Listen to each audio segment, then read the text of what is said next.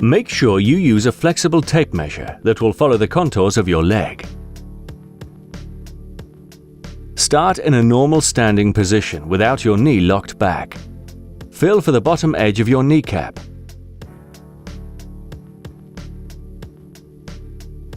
Place the tape measure under the bottom edge of the kneecap.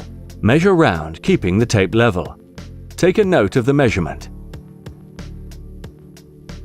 Have a look at the measurement chart. If you measure between two sizes, go for the larger one. If you're at all unsure, please give us a call.